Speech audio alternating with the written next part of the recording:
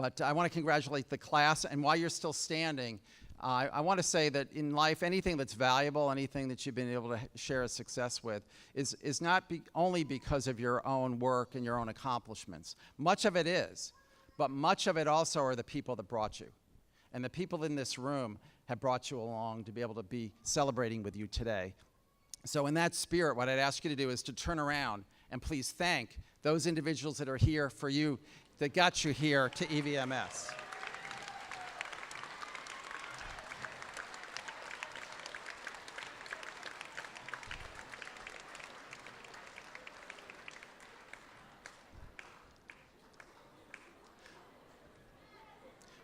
Well, you may now be seated.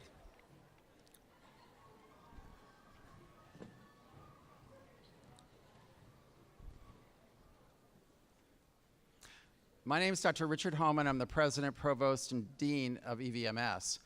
And it's my pleasure to welcome everybody today to our white coat ceremony. This is a really special day.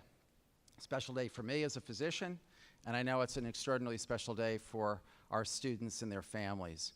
Before I make a few comments, what I'd like to do as well is to recognize the people behind me that are here today in support of your education. At EVMS, we value education as much as any school, I believe, in the country. And I've been over 3 in the United States and created a 4th.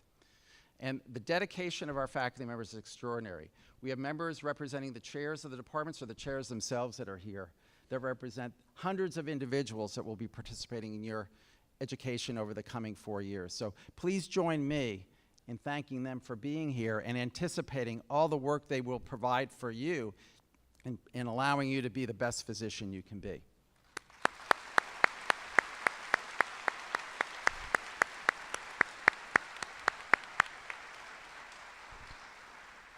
And I also want to thank Jane Gardner, our speaker, who will be introduced in a little while, who has an extraordinary story to tell you. But today is an extraordinary day, and in academic medicine, there are 3 days that are very special in the course of medicine.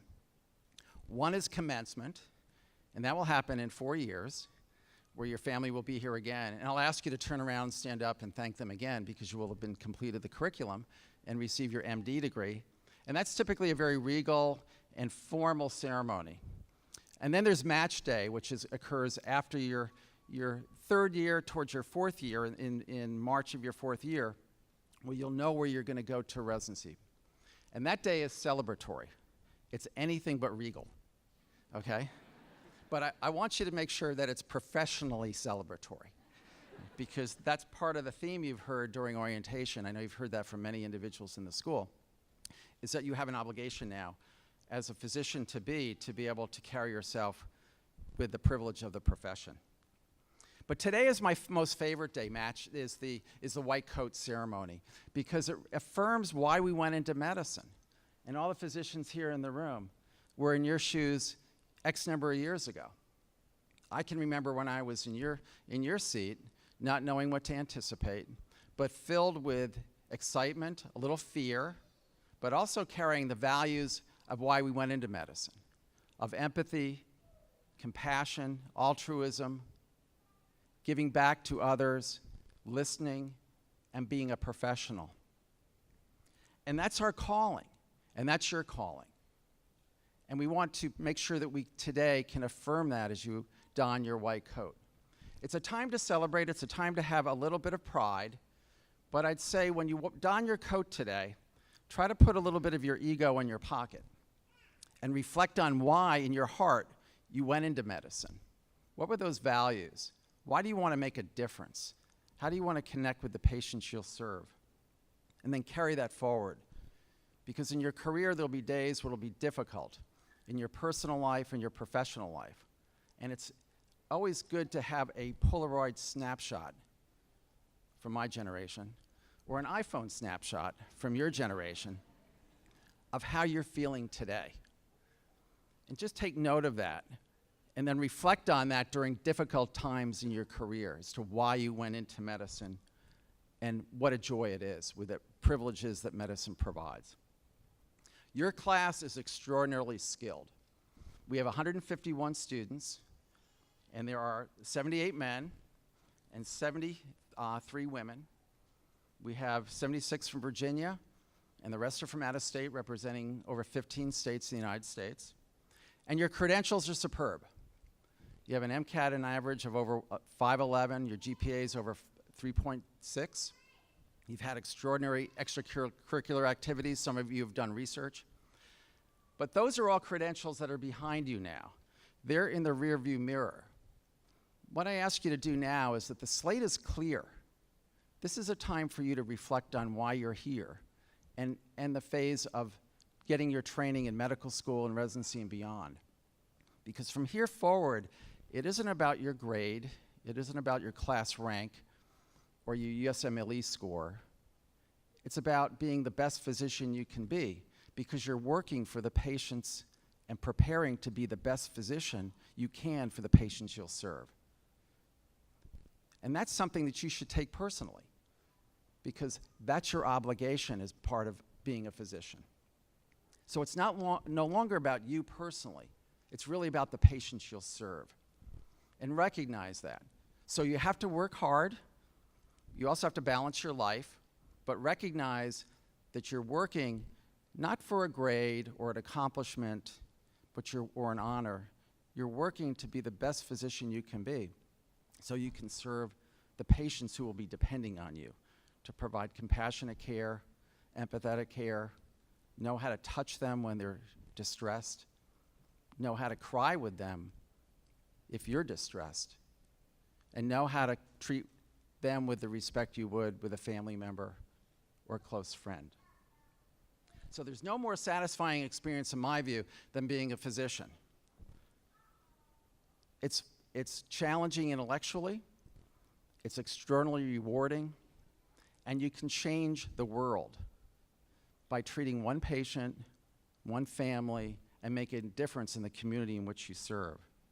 And you'll hear that at EVMS about community service and giving back not only to the patient, but finding ways for you to be a leader in the community where you'll be practicing. So study hard. Make sure that you balance your life with your friends. As I mentioned during orientation, some of you will be lifelong friends. Some of you even may be lifelong partners. Many of you will be colleagues in the future. Establish those relationships.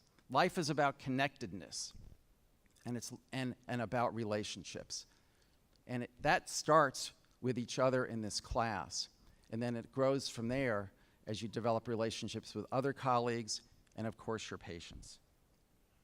So wear the white coat today with humility, empathy, altruism, and selflessness, recognizing it's an absolute privilege to be a physician and their attendant responsibilities that go with that privilege as well.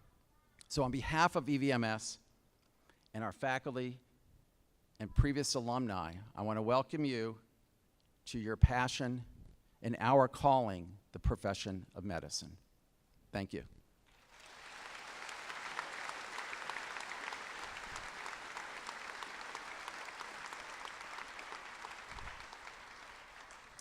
It's my pleasure now to introduce Samuel Lee, a member of the MD class of 2019, to tell you about the heritage of the ceremony and the symbolism of the white coat. Mr. Lee.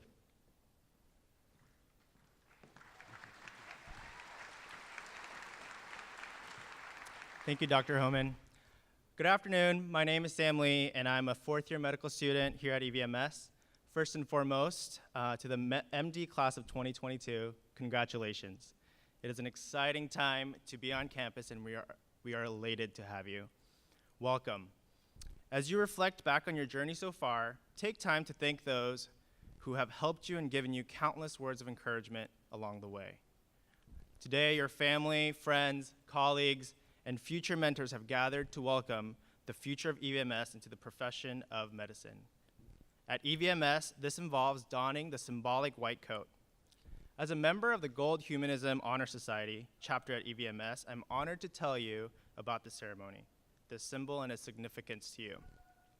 The white coat ceremony has a treasured history. It was founded by the Arnold P. Gold Foundation at commencement for Columbia University's College of Physicians and Surgeons in 1993, where Dr. Arnold Gold has been a professor and pediatric neurologist for more than 40 years. Dr. Gold's wife, Dr. Sandra Gold, witnessed students delivering the Hippocratic Oath at Columbia's graduation and concluded that the Hippocratic Oath was being recited 4 years too late. Instead, she and her husband decided to formally induct medical students into the profession at the beginning of their studies and subsequently developed the white coat ceremony. The Gold Foundation celebrates humanism in medicine and introduces medical students to their roles and responsibilities in the medical profession on the first day of their education. Today, white coat ceremonies occur at 97% of accredited schools of medicine in the United States, Canada, and 13 other nations. Your white coat symbolizes your entry into the medical profession and welcomes you as a junior colleague. The white coat is personally placed on each student's shoulders by individuals who believe in your ability to carry on the noble tradition of doctoring. It is a personally delivered gift of faith, confidence, and compassion. More importantly, the white coat is a covenant between you and your future patients. By accepting this white coat, you're accepting the responsibility to develop, maintain, and improve your skills and knowledge for years to come, while also maintaining professional attitudes and behaviors, becoming a student of your caliber. Wear your white coat with commitment to excellence, humility, compassion, altruism, empathy, and selflessness. As you all begin on an incredible journey in medical school, I'd like to leave you with a few thoughts today. First off, be kind. As I'm sure most of you have already observed, we have an amazing culture here at EVMS where students are cooperative, good-natured, and are wanting their colleagues to succeed.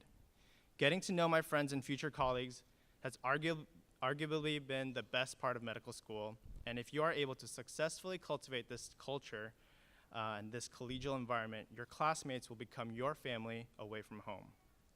I urge you to carry on this tradition as it will become an important aspect of your well-being while you grind away with schoolwork. Be humble. EVMS graduates also have an incredible legacy of being one of the most humble yet hardest working physicians. We cultivate the culture that medical education is a privilege. We are incredibly fortunate to be here, and the faculty, the administration, hospital staff, and our patients all have an integral part of our education. Approach all situations with selflessness, and you'll get far during medical school, residency, and in your medical career. Be community-centered. As many of you already know, this school was a result of a grassroots movement in which the local community came together to build a medical school in order to meet the medical needs of Hampton Roads. Whether your goal is to become a primary care physician or a radiologist, the foundation of medical profession is a desire to help the needy and cure the sick. Further, being rooted in the why of medicine will carry you through the darkest days of medical school, when schoolwork seems overwhelming and patient care seems exhausting. Engaging with the most marginalized of our patients has been vital in realigning myself to the big picture of why I'm doing this in the first place. Lastly, I really encourage you guys to be excited. You've worked hard to get here, and you're finally taking your first step in officially becoming a physician. While medical school is challenging, it can be one of the most invigorating experiences of our lives. Be excited to learn, experience, and grow. On behalf of the MD class of 2019, congratulations to you on this special day. We're incredibly proud to call you our colleagues. And as your white coat is placed on your shoulders for the first time, take a moment to look around. You are all now brothers and sisters in what will undoubtedly be an eventful journey. Welcome to the EVMS family.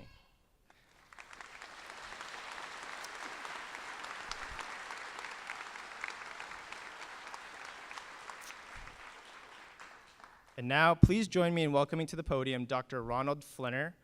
Dr. Flinner is a Vice Dean of Academic Affairs and a graduate of the MD class of 1989.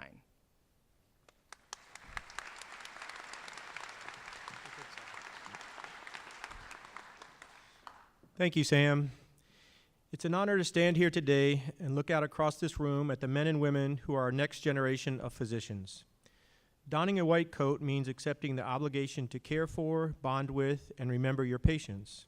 In truth, nothing you will do as physicians will be more important than to know and care for the patients for whom you will care. In terms of personal satisfaction, there is none greater than being able to help another human being. Sir William Osler once said, "Medicine is learned at the bedside and not in the classroom." I believe that to be true, that the patient will always be your greatest teacher.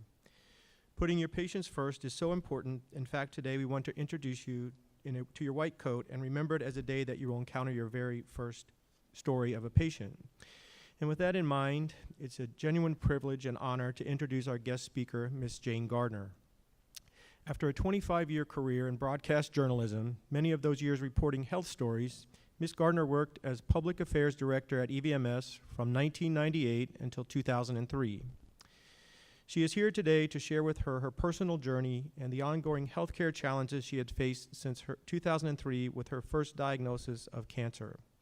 We're so honored and privileged to have Ms. Gardner here today. Please help me welcome her to the podium.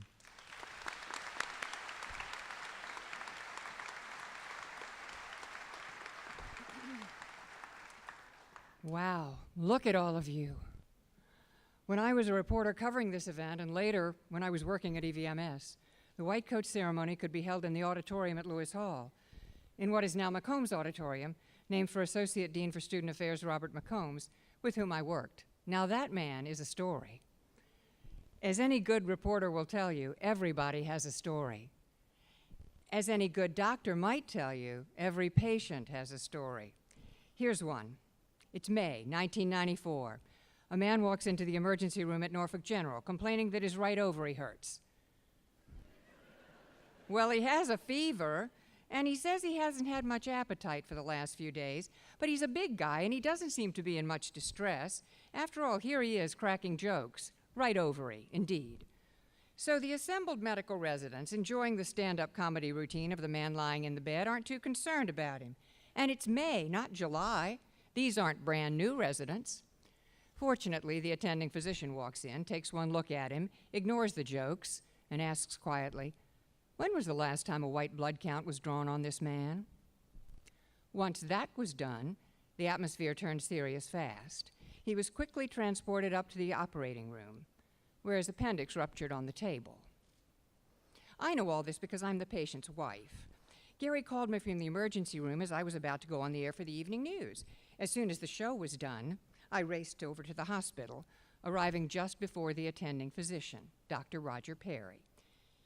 Is it any wonder that 5 years later, when I found a dimple on the underside of my left breast, the doctor I turned to was then Chair of Surgical Oncology, Roger Perry?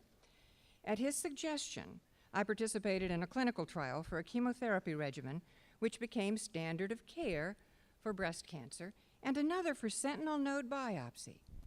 Cancer treatment has come a long way since I was diagnosed in 1999, and I like to feel like I helped a little bit. As a health reporter, I knew that clinical trials have benefits for the patient as well as for medical science. You will have that opportunity to help your patients learn that too.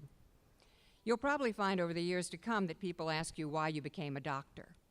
Sometimes people ask me why I became a health reporter, and the answer will seem very trivial to you. I was in the first generation of women TV news anchors. The men in charge felt we would have more credibility if we covered a beat, if we had an area of expertise. Serious news. And health was a good option because it often has a happy ending, so the girl reporter could smile at the end of the story. My beat gave me an opportunity to follow this medical community and EVMS around the country and the world, beginning with the very beginning of life, covering hearings about whether the Commonwealth of Virginia would allow Eastern Virginia Medical School to open an in vitro fertilization clinic in 1979. IVF was terribly controversial back then, and the Commonwealth wanted to be sure EVMS was acting responsibly in experimenting with test tube babies. Imagine how exciting it was when Elizabeth Jordan Carr was delivered at Norfolk General by one of the founders of EVMS, Dr. Mason Andrews, on December 28, 1981. Why was IVF started here in Norfolk? Because when fertility experts Howard and Georgiana Jones moved here from Johns Hopkins, the world's first in vitro baby, Louise Brown, had just been born in England. A local newspaper reporter here asked Dr. Howard whether that could happen here. What would it take? Money, was his answer. And when that appeared in the paper, the money started coming. As you might imagine, infertile couples were eager to help start a fertility program at the medical school. As you can see, sometimes it's a real public service to talk to a reporter. You might not be able to imagine the fear there was at the beginning of the AIDS epidemic in the early 1980s, when it was almost always fatal. People thought you got AIDS from mosquito bites. EVMS infectious disease specialist Dr. Edward Oldfield started treating AIDS patients in 1982. That was the year the CDC coined the term acquired immune deficiency syndrome. And he was always willing to help educate our viewers about it. WVEC did a documentary on AIDS. I traveled to Kokomo, Indiana, to interview a little boy with hemophilia who wasn't allowed to ride the school bus because of his HIV. His name was Ryan White.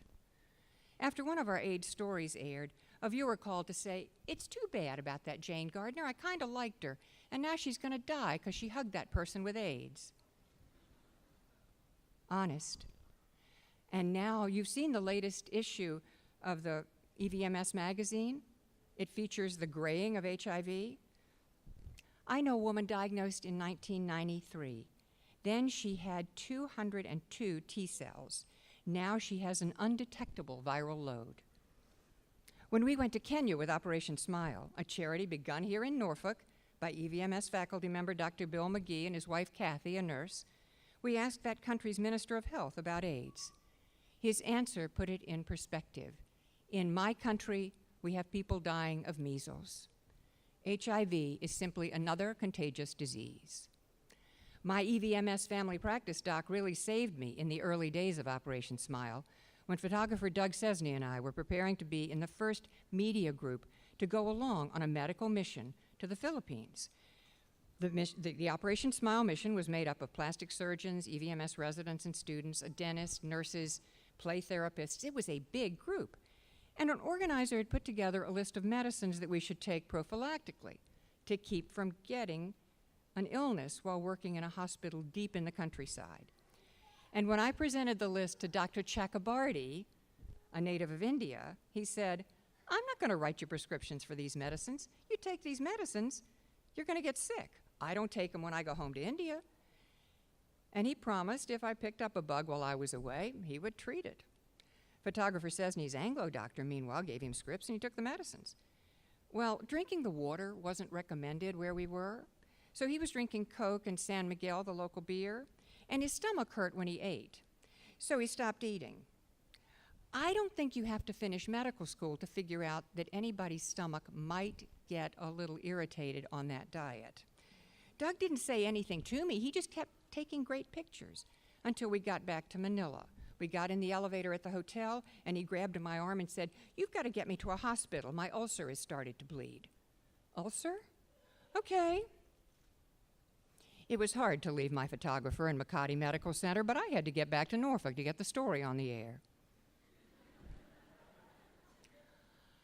Op Smile put everybody on the mission in a white coat, and I learned a bit about the power of the garment you will don today. People stopped us everywhere to ask for advice and help, and they looked at us with such awe. When I asked one doctor recently what I should talk to you about today, what he wishes he had known when he first started medical school, that is what he said: the power of the white coat and the distance that it creates. As I look at you, I wonder, what path will you choose? When I see a student shadowing one of my physicians, I always ask, what residency are you leaning toward? On a recent visit to rheumatologist Roger Lidman, after we had discussed the relative chances of his Duke Blue Devils and my Maryland Terrapins in basketball, I mentioned that my brother in Memphis has just been diagnosed with carcinoid syndrome. Did Dr. Lidman have a suggestion for a medical center specializing in this? No, but the EVMS student in the room did.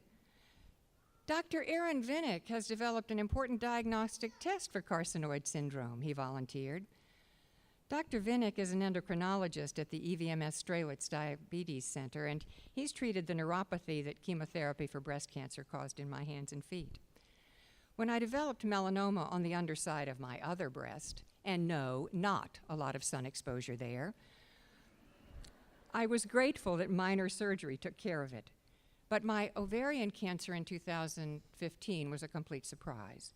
I thought a bad flare-up of the IBS, another present from the chemotherapy, had made my stomach swell. By then, Dr. Chantal Brooks, in practice with her husband John, was my internist. When she saw the ultrasound results that I had a lot of fluid in my abdomen, she knew. And that tiny practice flew into efficient 21st century medical action. Within days, I was on course for treatment from gynecological oncologist Michael McCullum, community faculty, of course. Contrast my experience with that of my friend Joyce Strelitz. When she complained to her doctor that her abdomen was swollen, he said, "You know what we call that, don't you? F-A-T, fat." By the time she saw another doctor and was properly diagnosed, it was too late. Joyce died of ovarian cancer. Every patient has a story. Dr. Robert McCombs, the former Associate Dean of Student Affairs, urges you to learn to rely on nurse practitioners and physician assistants because you can't do it all. I have come to appreciate these highly trained professionals in my cancer journey. A year after my ovarian cancer, the CA-125 test for ovarian cancer was elevated. It's a wonky test. A PET scan was ordered and found a suspicious nodule in my right lung. Turned out to be lung cancer. We decided to go to Duke for my surgery because they see so much lung cancer there. After all, it's tobacco country. That's where they grow it. A physician assistant named Scott Balderson called in advance of my surgery. After a few minutes, our cell phone connection got lost. He called me right back and said, "In case this happens again, write down my number. Do you have a pencil and paper?" I said, "Are you kidding? I'm a reporter. I've been taking notes the whole time." He paused a second and said, "Oh, you're that Jane Gardner." Turns out he grew up here, went to Cape Henry Collegiate in Virginia Beach, and he watched me on TV when he was in high school. Everybody has a story.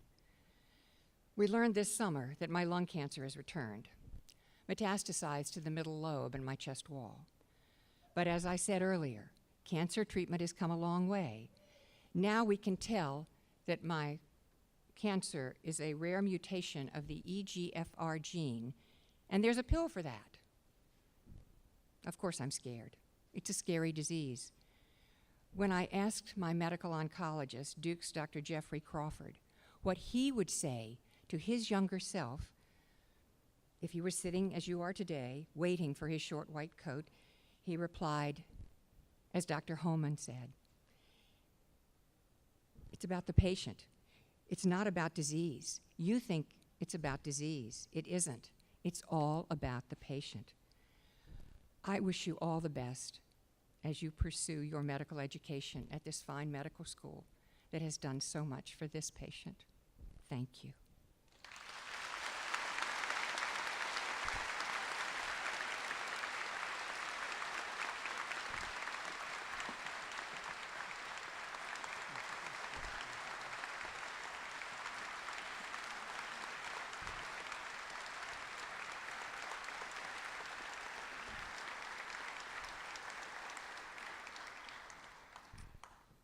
Thank you, Jane, for your incredibly powerful and inspirational message. I think we can all learn a lot from Ms. Gardner today. It's now time for the presentation of the white coats. Would the chairs or their designees from our basic science and clinical departments please rise as I call your name? Representing dermatology is Dermatology Chair Dr. Abby Van Voorhees. Representing emergency medicine is Department Chair Dr. Frank Councilman. Representing Family and Community Medicine is Department Chair Dr. Allison Dobby. Representing Internal Medicine is Department Chair Dr. Jerry Nadler. Representing Microbiology and Molecular Cell Biology is Department Chair Dr. Julie Carey. Representing Obstetrics and Gynecology is Dr. Gloria Tu. Representing Ophthalmology is Department Chair Dr. Shannon McCole. Representing Otolaryngology, Head and Neck Surgery is Department Chair Dr. Barry Strasnick. Representing Pathology and Anatomy is Dr. Craig Goodmurphy. Representing Pediatrics is Department Chair Dr. C.W. Gowan, Jr.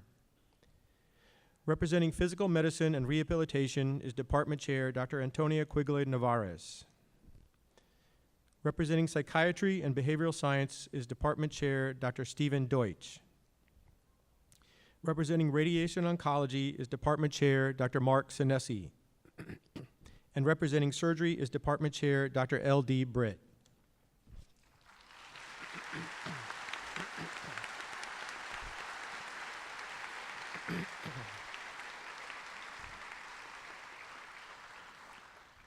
The chairs and department representatives are here today to help students into their white coats. We at EVMS have a tradition of allowing legacy family members or EVMS-affiliated physicians to assist in donning their students' white coats. And today we have 5 families who meet the criteria. These students will present their white coats at the end of the group. When your name is called, please approach the stage. And I would also like to ask Dr. Homan and Ms. Gardner to join me so we can congratulate each of you as you leave the stage. And in the spirit of full transparency, I am going to apologize in advance to any names that I mispronounce. I apologize to the families, the students. Fortunately, I have 4 years to redeem myself. And as I've said in the years past, I teach microbiology, and when they round with me on the ID world, I'll be forgiving of any bacteria that they mispronounce if you forgive me today. Okay? Okay. Michael Acosta. Kareen Afidata. Neha Agarwal, Bryce Adukaitis, Ayan Ali, Travis Allen, Albert Andrews, Nina Angelis, Philip Armstrong, Puya Atei, Joseph Bannister, Dana Baraki, Aaron Bartholomew, Corey Benjamin. You may now don your white coats.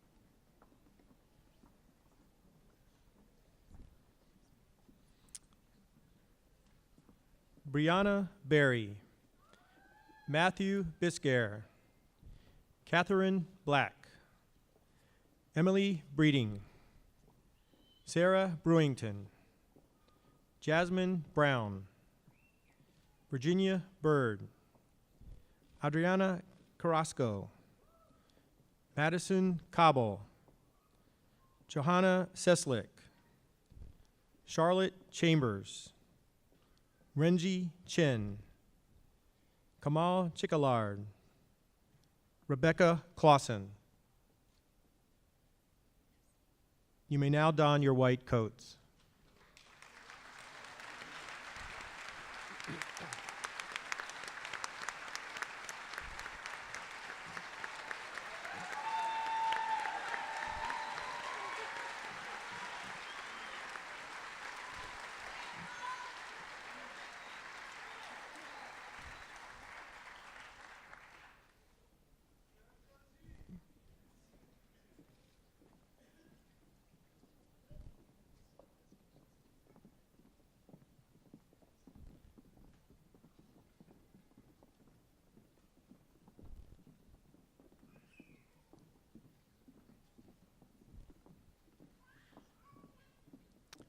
Daniel Connolly, Fatmata Kantu, Anna Cronin, Megan Cunningham, Cassandra Dow, Thomas Donaldson, Yuhan Duplessis, Taylor Dyson, Catherine Eccleston, Sudig Almadi, Abigail Fariscal, Nicole Feng, Whitney Fidelis, Tyler Fragu.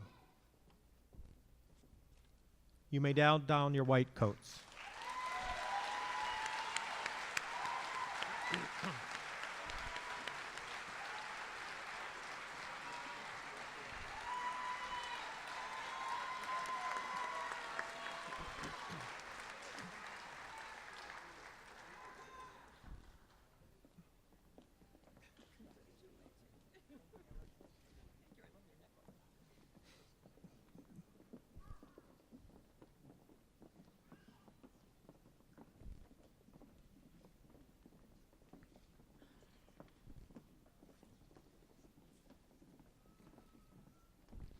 Jenna Frawley, Pooja Gajulapalli, Tyler Glendrange, Rachel Ann Gonzalez, Maxwell Grant, Stephen Grapperhaus, Andreas Gregorio, Theodore Higgins, Perry Hammond, Shahir Hassan, Jody Hu, Linda He, Reese Hurley, Madison Hoke.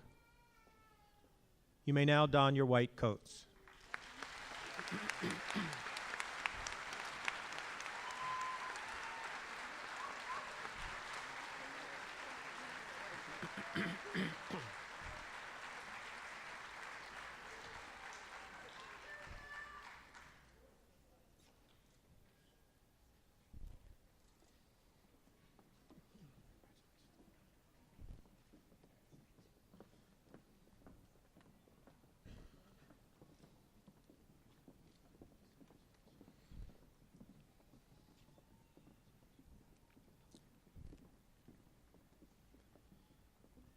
Catherine Hopkins, Jacob Hughes, Joseph Huntley, Kayla Iannarelli, Peter Ely, Alex Him, Ciara Jenkins, Douglas Jong, Stephen Johnston, Dakisha Jones, Revu Joshi, Elizabeth Kamano, Ramnik Carr, Timothy Kearney. You may now don your white coats.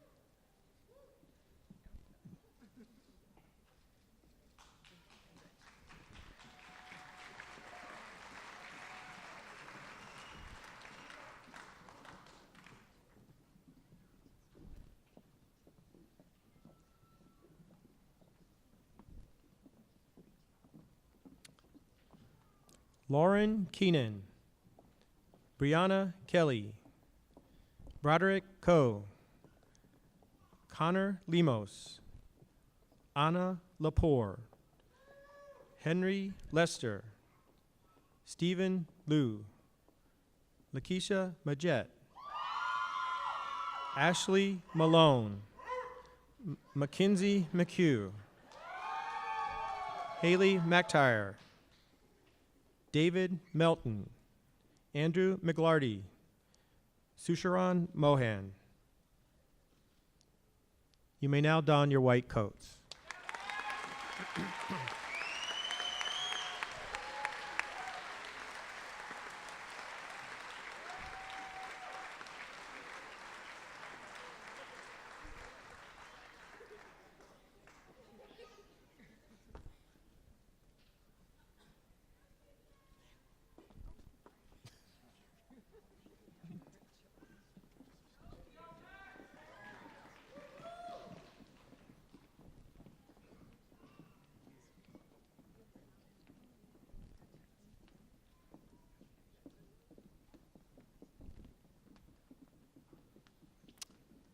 Alexin Munson Cat, Christopher Myers, Ivana Nanganori, Lily Wen, Sukar Novika, David Nunez, Matthew Oplinger, Nixad Orihi, Frank Owusu Ansaha, Jamie Parkerson, Parth Patel, Sivishith Pederetti, Jason Pham, Philip Pham.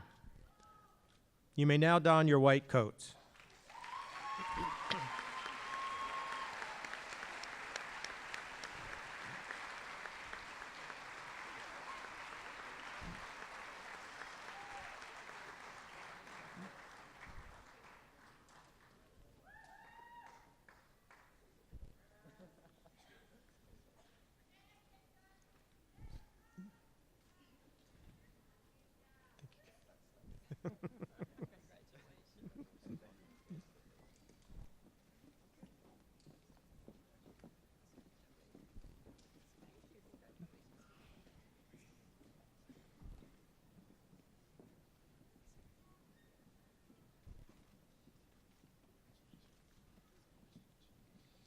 Lucy Platt, Joseph Polai, Robert Probst, Kashan Parohit, Priyan K. Raju, James Reese, Dorothy Rakina, Carolyn Roberts, Tamana Sani, Christian Sanchez,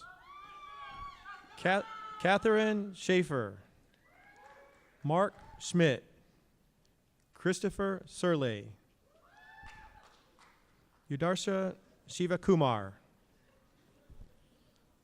You may now don your white coats.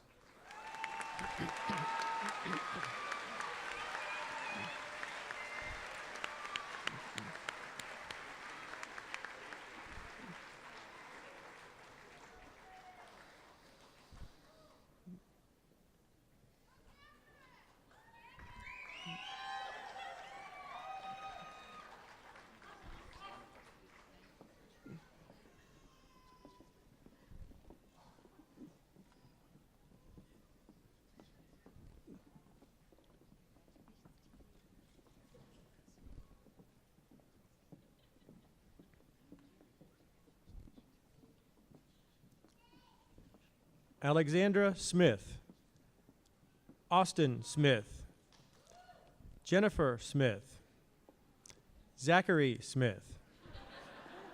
I like this group. Aaron Snow, Sam Sun, Mary Gray Southern, Christopher Stocky, Evan Straub, Sarah Struble, Kaywin Sue, Erica Talbot, Patricia Timothy, Amanda Tosi. You may now don your white coats.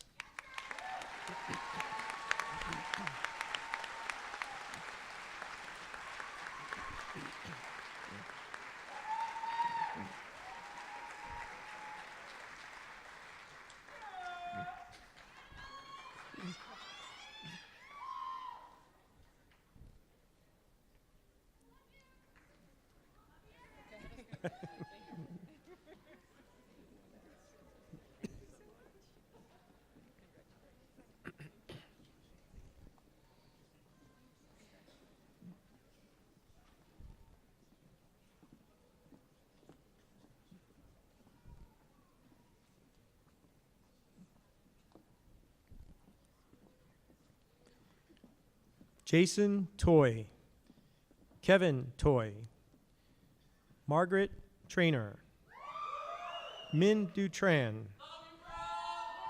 Matthew Vandergraff, Haley Van, Dirk Verhul, Alexander Vo,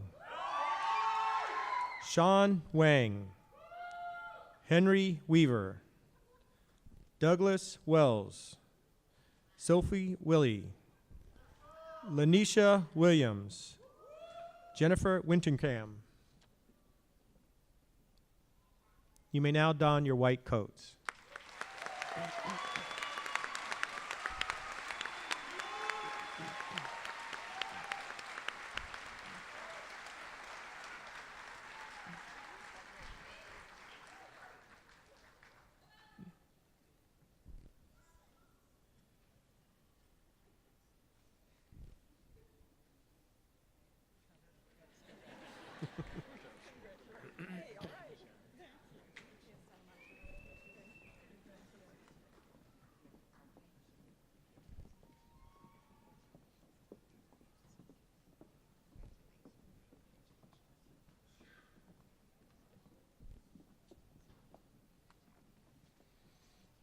Colin Woolard, Eunice Wu, Colton Yan, Todd Yates, Serena Sahid.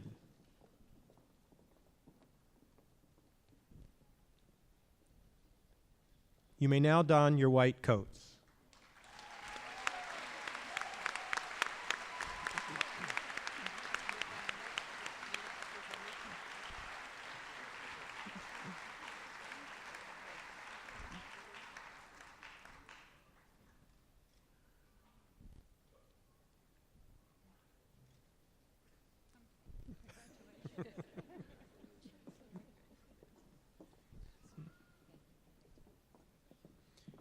Chairs and department representatives, you may now be seated.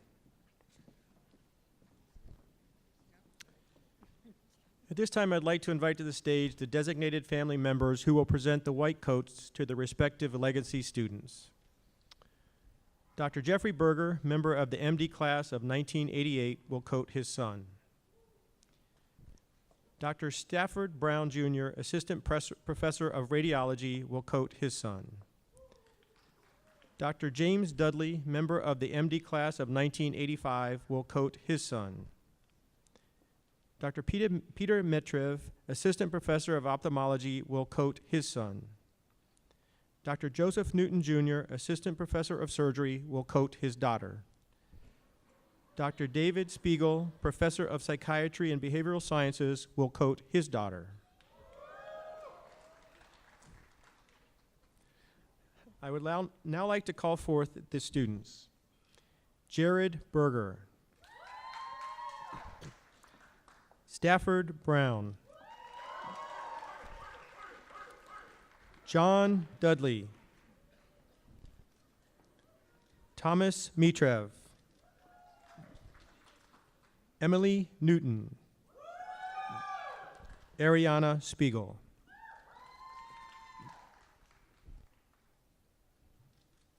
You may now don your white coats.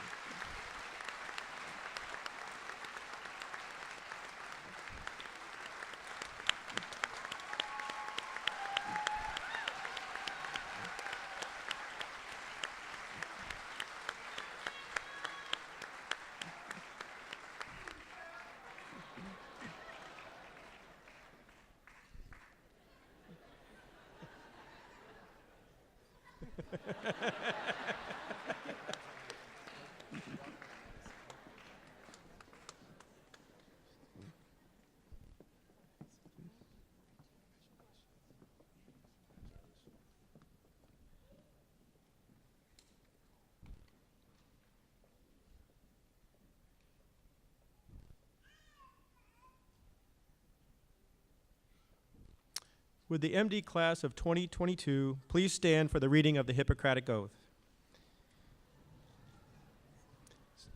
Students, you can find the oath printed on page 7 of your program. And in addition to the students, we invite all other physicians here today to join in the recitation of the oath. So please stand as well.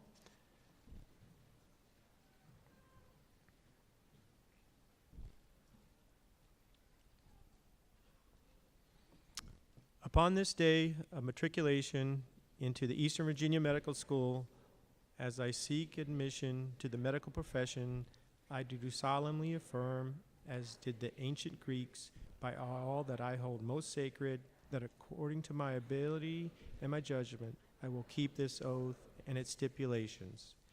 I hold my teachers in this art equal to my own parents and extend to them the respect and gratitude which is their due.